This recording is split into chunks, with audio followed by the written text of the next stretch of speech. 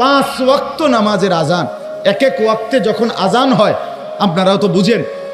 নামাজের যখন আজান হয় তখন এক মসজিদে হয় না, কাছাকাছি দূরত্বে কমপক্ষে 50টা মসজিদে এক লগে আজান বাজে,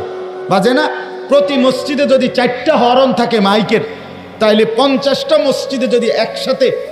আজান হয় তাহলে 4×50 200 হরন, 200 হরনে একসাথে আজান একসাথে উচ্চারিত হওয়ার পরেও তুমি নাফরমানের কানে এক বিন্দুও ঢুকলো না, ফজরও না, জোহরও না, আসরও না, মাগরিবও না, এশাও না, তুমি আল্লাহর সামনে কেমনে দাঁড়াবে? বলো না ভাইয়া, একটা ছেলে হলেও বুঝো, তুমি আল্লাহর সামনে কেমনে দাঁড়াইবে? অতএব আমাদের বোঝা দরকার,